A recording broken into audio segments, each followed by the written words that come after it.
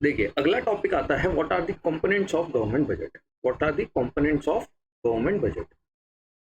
पहले आप इन सारी चीजों को समझने से पहले आप थोड़ा सा, मैं अकाउंट्स और बाकी सारी चीजों पे लेके जाऊंगा, इन सारी चीजों को समझिएगा, ध्यान से सुनिएगा। पहले एक होती है हमारे पास रिसिप्ट। रिसिप्ट का मतलब है पैसे का आना। एक्सपेंडिचर, एक्सपेंडिचर का मतलब है पैसे का जाना। ठीक है, सिंपल सिंपल वर्ड्स में समझूंगा, बहुत सिंपली समझूंगा। रिसिप्ट का मतलब पैसे का आना, एक्सपेंडिचर का मतलब पैसे का जाना। अब सर दो चीजें होती हैं इसके अलावा। एक होता है हमारे पास रेवेन्यू टर्म और एक होती है टर्म कैपिटल। रेवेन्यू टर्म का मतलब है, रेवेन्यू टर्म का मतलब है जैसे रेवेन्यू एक्सपेंडिचर या रेवेन्यू रिसिप्ट। कैपिटल का मतलब है जैसे कि capital expenditure, capital receipt. Revenue term का मतलब है जो शॉर्ट टर्म के लिए हो, जिनसे कोई एसेट्स और लाइबिलिटीज ना इफेक्ट हो रही हो। अब एसेट और लाइबिलिटीज क्या होती हैं सर, ये बात समझिए। जो नॉन अकाउंट्स वाले हैं, एसेट्स का मतलब है, एसेट्स का मतलब है वो चीजें जो एक कंपनी ओन करती है। तो यहाँ पे गवर्नमेंट क्या चीजें ओन करती है, बहुत बड़ी बड़ी कंपनीज, बहुत बड़े बड़े फ्लावर्स, ये रोड्स, पोल्स, इलेक्ट्रिसिटी ट्रांसफार्मर आपके घर के बाहर है, हेडलाइट, सॉरी ये जो लैंप वगैरह लगे हुए हैं, ये सारी स्ट्रीट लाइट्स वगैरह, ठीक है, फोन टावर्स, टावर, सारी चीजें बहुत महंगे होते हैं। बस स्टैंड तक का 10 लाख रुपए का बस स्टैंड तक का बन जाता है, बेंगलुरु की न्यूज है ना। तो ये सारी चीजें एसेट्स है। लाइबिलिटीज का मतलब जो गवर्नमेंट को रीपे करनी हो, मतलब किसी को भी रीपे करनी हो तो गवर्नमेंट बहुत सारा लोन लेती है। आईएमएफ से लोन ले लिया, वर्ल्ड बैंक से लोन ले लिया, अमेरिका से लोन ले लिया, ठीक है। तो ये सारी लाइबिलिटीज हो गई। रेवेन्यू का मतलब होता है जो चीजें शॉर्ट टर्म हो बट कोई एसेट और कोई लाइबिलिटी को इफेक्ट ना करें। ये जो होती हैं ये रिकरिंग इन नेचर होती हैं। रिकरिंग का मतलब बार बार होंगी। जैसे कि एग्जाम्पल के तौर पर रेवेन्यू एक्सपेंडिचर हुआ, रेवेन्यू एक्सपेंडिचर हुआ, रेवेन्यू एक्सपेंडिचर का एग्जाम्पल होता है सैलरी। मैं अपने एम्प्लॉय को सैलरी पे कर रहा हूँ, क्या ये मेरी लाइबिलिटी है? नहीं, उसने काम करा, मैंने उसे दे दिया। मैं रेंट पे कर रहा हूँ, क्या मेरी लाइबिलिटी है? नहीं, इलेक्ट्रिसिटी बिल नहीं, ठीक है। तो ये सारी चीजें रेवेन्यू इन नेचर है, रेवेन्यू इन नेचर है, शॉर्ट टर्म है, वन से नवाइल नहीं है, बार बार होती रहेंगी। बट जो कैपिटल चीजें होती हैं, मेरा उससे कोई ना कोई एसेट, कोई ना कोई लाइबिलिटी इफेक्ट होती है। या तो एसेट बढ़ेगा, कम हो जाएगा, या लाइबिलिटी बढ़ेगी, कम हो जाएगी, ठीक है। जैसे कि एग्जांपल के तौर पे मैंने पैसा खर्च करा, मैंने कैपिटल एक्सपेंडिचर करा, मैंने पैसा खर्च करा, और मैंने पैसा खर्च करके मुझे कुछ चीज, मुझे कोई एसेट मिल गया हो, मैंने गाड़ी खरीद ली, मैंने मशीनरी खरीद ली, तो मेरा एसेट क्रिएट हो रहा है। या मैंने अपने लाइबिलिटी, मैंने और लोन ले लिया, मेरा लाइबिलिटी क्रिएट हो रही है। तो मेरा यहीं पर ये चीजें कैपिटल इन नेचर है। मैंने और लोन ले लिया तो वो कैपिटल रिसिट का एग्जांपल है, वो एक कैपिटल रिसिट का एग्जांपल है। मुझे लोन की रिकवरी हो गई, लोन की रिकवरी हो गई, ठीक है। ये सब बात करेंगे अभी कैपिटल रिसिट वगैरह में, तो इन सारी चीजों पे भी आते हैं जो चीजें एसेट और लाइबिलिटी को इफेक्ट करेंगी।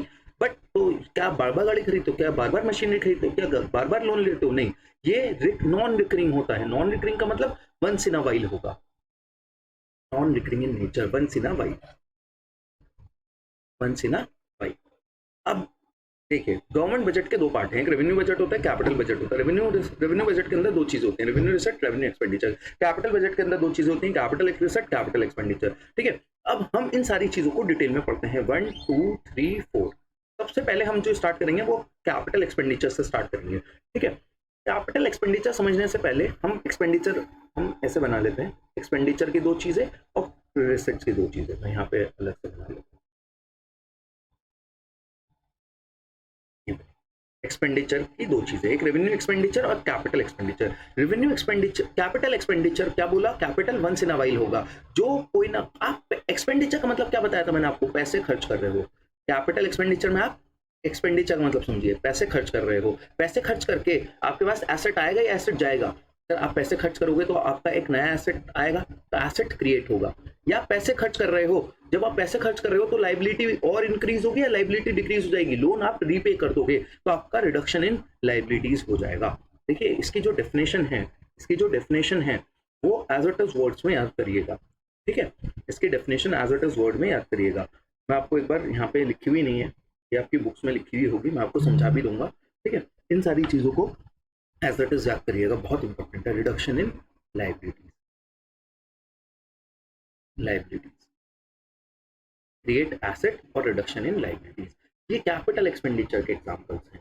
अब जैसे कि मैंने भैया मान लीजिए मेट्रो खरीदी, मैंने नई मेट्रो खरीदी, या मैंने एक नया फ्लावर बनवाया, मैंने एक बिल्डिंग बनवाई हॉस्पिटल के लिए, मैंने किसने, गवर्नमेंट ने, हम यहाँ पे सारे गवर्नमेंट के पॉइंट ऑफ व्यू से बात कर रहे हैं, हमने एक नया स्कूल की बिल्डिंग बनवाई, ठीक है, स्कूल के हॉस्पिटल के बेड्स खरीदे, स्कूल का फर्नीचर खरीदा, ये सारी की सारी चीजें एसेट को क्रिएट कर रही हैं। या मैं अपने लोन को रीपे कर रहा हूँ, आईएमएफ से जो लोन लिया था वापस कर दिया, बहुत इंपॉर्टेंट है ये लोन को रीपे वापस करना, बहुत जल्द से जल्द रीपे करना बहुत इंपॉर्टेंट है। अगर हम जितना जल्द से जल्द लोन को रीपे करेंगे उतने ज्यादा हमारे जो ग्रोथ है, हमारा जो जीडीपी है, हमारा ग्रोथ है, हमारा जीडीपी है, और इवन हमारे जो पॉलिटिकल इन्फ्लुएंस है और ऑन अदर कंट्रीज, वो हमारा हैम्पर नहीं होंगी। मैं आपको इनको सारी चीज़ों को डिटेल में समझाऊंगा जब हम लॉस डेफिसिट्स की बात करेंगे, ठीक है। अभी हम बस यहीं पे रुक जाते हैं।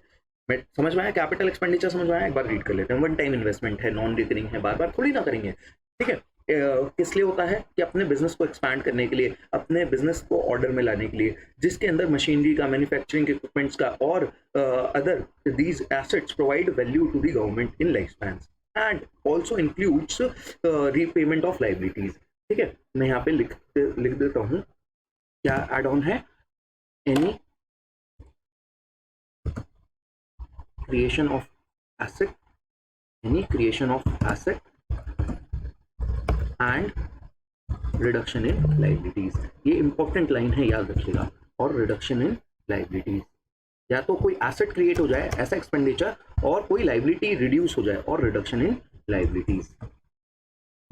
बट जो हमारी, सुनते रहिए, बट जो हमारी रेवेन्यू एक्सपेंडिचर होता है वो हमारा ना तो एसेट को क्रिएट करता, ना वो हमारा,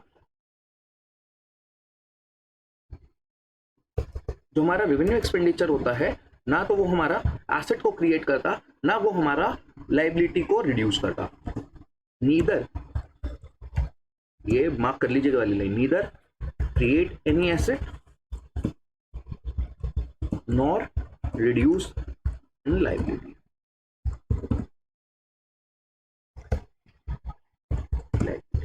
ठीक है। इस चीज को याद रखिएगा। जैसे कि गवर्नमेंट खर्चा कर रही है, सर डॉक्टर की सैलरीज पे, टीचर्स स्टाफ की सैलरीज पे, लॉ एंड ऑर्डर मेंटेन करने के लिए, ठीक है, जजेस को पे कर रही है, पुलिस वालों को पे कर रही है, जो पैसे दे रही है, क्या इनसे कोई लाइबिलिटी कम हो रही है? नहीं, पेमेंट करनी है, हर महीने करनी है, साल में हर बार करनी है, ठीक है। ये जो इससे कोई एसेट क्रिएट हो रहा है, नहीं, इससे कोई एसेट भी क्रिएट नहीं हो रहा, तो neither create any asset nor reduce any liability.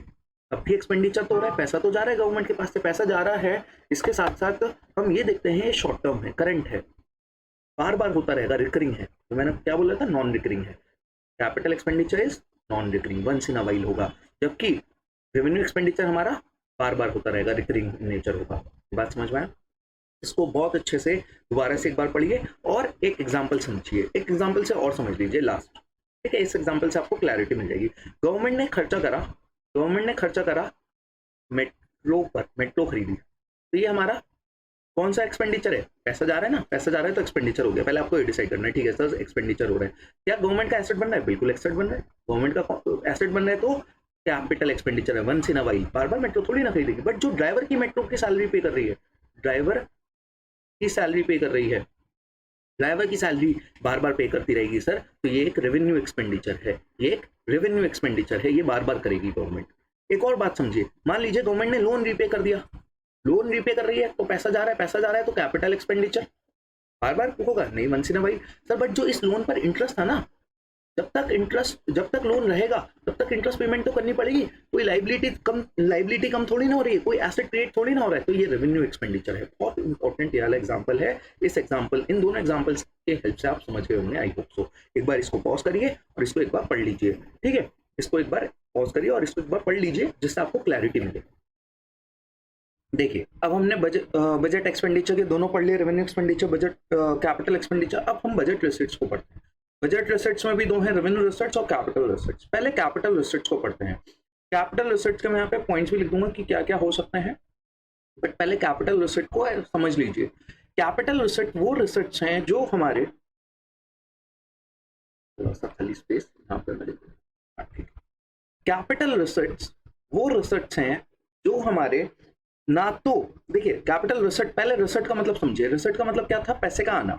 Reset का मतलब पैसे का आना। अब पैसा कब आएगा, जब एसेट बेचोगे, एसेट खरीदोगे। सर एसेट बेच के पैसा आता है, मशीनरी बेच दी, लैंड बिल्डिंग बेच दिया, LIC बेच दी, एयर इंडिया बेच दी, ठीक है, LIC का थोड़ा सा पार्ट बेच दिया, कोल इंडिया बेच दिया, ठीक है, तो that is capital receipts. Once in a while. क्या बार बार एसेट बेचोगे? नहीं, ये एसेट बार बार, एक बार बेचने के बाद दोबारा थोड़ी ना बचेगा, वो एसेट्स बार बार थोड़ी ना बेचेंगे। तो ये हमारे वंस इन अ वाइल वाली चीजें होंगी, ठीक है। तो these are capital receipts once in a while. Capital मैंने आपको बताया था पहले भी कि ये चीजें हमारी वंस इन अ वाइल होती हैं, ओके। प्लस दीज आर, ये हमारे क्या कर रहे थे, एसेट्स को रिड्यूस कर रहे थे, एसेट्स को रिड्यूस कर रहे थे। या हम कोई और लोन भी ले लें तो भी हमारी कैपिटल रिसेट है। देखिए बच्चे इस बात को बड़े ध्यान से समझिएगा, जब आप कोई लोन लेते हो मतलब आपकी लाइबिलिटी इंक्रीज हो रही है। सर आज के पॉइंट ऑफ टाइम पर तो पैसा आ रहा है ना, पैसा आ रहा है, तो पैसा आने का मतलब रिसेट, पैसे आने का मतलब रिसेट। तो लोन ले रहे हो दैट मीन्स पैसा आ रहा है, पैसा आ रहा है तो आपका लाइबिलिटी इंक्रीज हो रही है।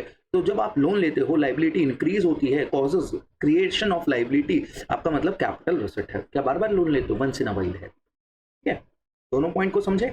एक और चीज को समझिएगा, एक पॉइंट आता है इसके अंदर, recovery of loan. Recovery of loan, देखिए यहाँ पे रिकवरी ऑफ लोन का मतलब है, recovery of loan and advances भी लिख देता हूं मैं इधर। रिकवरी ऑफ लोन का मतलब है आपने किसी को लोन दे रखा है। मैंने श्रीलंका को लोन दे दिया क्योंकि लास्ट ईयर क्राइसिस चल रहे थे, श्रीलंका को लोन दे दिया क्योंकि लास्ट ईयर क्राइसिस चल रहे थे, तो वो लोन रिकवर हो गया। तो जब मैंने लोन दिया था, अब मेरे लिए लाइबिलिटी नहीं है, लाइबिलिटी तब होगी जब मुझे रीपे करनी होगी। लाइबिलिटी का मतलब जब रीपेमेंट करनी होगी। यहाँ पे लोन मुझे मैंने दे रखा है, मुझे पैसा फ्यूचर में मिलेगा, ये मेरे लिए एक एसेट है। तो वो एसेट मेरा रिकवर हो गया। एसेट रिकवर हो गया, क्या दोबारा श्रीलंका पैसे देगा? नहीं, तो एसेट रिड्यूस हो गया। एसेट रिड्यूस हो गया तो रिकवरी ऑफ लोन। बात समझे? तो कैपिटल रिसेट को एक बार समझ लेते हैं। कैपिटल रिसेट नॉन रिकरिंग है, या तो हमारी लाइबिलिटी क्रिएट हो जाएगी, हम या तो और लोन ले लेंगे, हमारा एसेट रिड्यूस हो जाएगा, या हमारा एसेट रिड्यूस हो जाएगा। इसके अंदर capital receipt once in a while होती हैं, तो नॉन रिकरिंग है। नॉन रिकरिंग भी मैंने यहाँ पे लिख दिया, आपके लिए ऐड करा है अभी भी, ठीक है, याद रखिएगा। किसी एसेट्स को बेचना, shares of sale of share of PSUs, जैसे LIC को बेच दिया, इसको हम कहते हैं डिसइन्वेस्टमेंट्स। इसको कहते हैं हम डिसइन्वेस्टमेंट्स, लिख लीजिएगा अपने नोट्स में, ये यहाँ पे लिखा हुआ नहीं है, डिसइन्वेस्टमेंट्स, ठीक है। लोन लेना, बोरोइंग्स करना, ठीक है, दूसरी कंट्री से, वर्ल्ड बैंक से, IMF से, ठीक है। देन रिकवरी ऑफ लोन्स, वो एसेट्स रिकवर हो जाना जो हमने लोन दे रखे थे, किसी और कंपनी, किसी और कंट्रीज को लोन दे रखे हैं, कोई और स्टेट गवर्नमेंट को लोन दे रखे हैं, तो ये रिकवर हो गए। इसके साथ साथ एक और हमारा आता है पब्लिक डिपॉजिट्स, कि हमने अदर डिपॉजिट्स भी बोल देते हैं, स्मॉल सेविंग्स भी बोल देते हैं।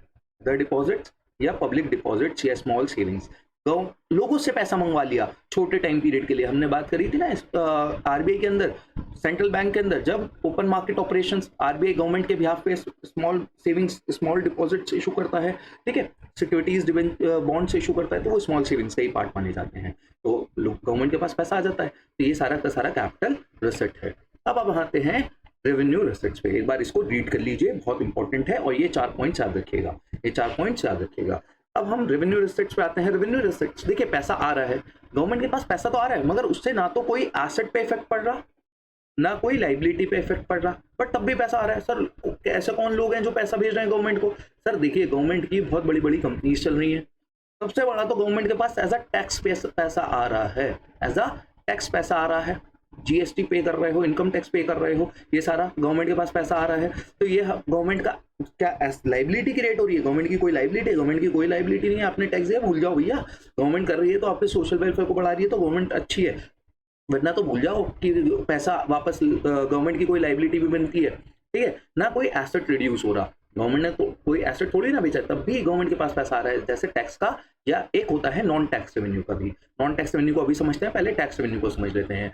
ये देखिए, रेवेन्यू रिसेट के अंदर लिखा हुआ है, are those receipts which neither create any liability, या तो ना तो कोई हमारी लाइबिलिटी क्रिएट होगी, ना कोई हमारा एसेट में रिडक्शन होगा, तब भी पैसा आ रहा है। इसको हम 2 पार्ट्स में डिवाइड करते हैं, टैक्स रेवेन्यू में और reset from tax and non tax revenue में।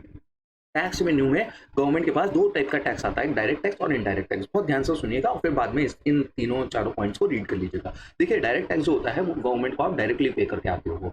अगर आप पे इम्पोज हुआ है डायरेक्ट टैक्स तो आपको ही पे करना पड़ेगा, अपने पैन कार्ड से आपको खुद पे करना पड़ेगा, ठीक है। आपका सीए पे करता है बट आपके पैन कार्ड से पे करता है। बट इनडायरेक्ट टैक्स जो होता है वो गवर्नमेंट वो जो टैक्स इनडायरेक्ट टैक्स जो होता है वो आप उसका बर्डन शिफ्ट कर सकते हो, मतलब आपके पैन कार्ड से नहीं, अब किसी और के पैन कार्ड से पे हो सकता है। इनडायरेक्टली आप गवर्नमेंट को पे करोगे, आप ही कर रहे हो बट इनडायरेक्टली पे कर रहे हो। जैसे कि आपने मैकडॉनल्ड्स में एक बर्गर खाया, मैकडॉनल्ड्स में एक बर्गर खाया, बर्गर की कॉस्ट थी 50 रुपये और 10 रुपये का आपने टैक्स पे करा, 10 रुपये का आपने टैक्स पे करा, तो टोटल हो गया 60 रुपीज। तो ये जो टैक्स आपने मैकडॉनल्ड्स को पे करा या गवर्नमेंट को पे कर दिया है, मैकडॉनल्ड को पे करा। जब ये मैकडॉनल्ड को पे करा, ये जीएसटी है, गुड्स एंड सर्विसेज पे लगता है, ठीक है। तो अब मैकडॉनल्ड जो है अपने पैन कार्ड से इस टैक्स को पे करेगा, तो ये इनडायरेक्ट टैक्स है। बट जो इनकम टैक्स होता है आपको अपने पैन कार्ड से पे करना है, आपकी इनकम पे लगता है। Wealth tax, house property tax आपकी इनकम पे लगता है। तो ये जो डायरेक्ट टैक्स होते हैं इनकम्स और प्रॉफिट्स पे लगते हैं, जबकि इनडायरेक्ट टैक्स गुड्स और सर्विसेज पे लगते हैं।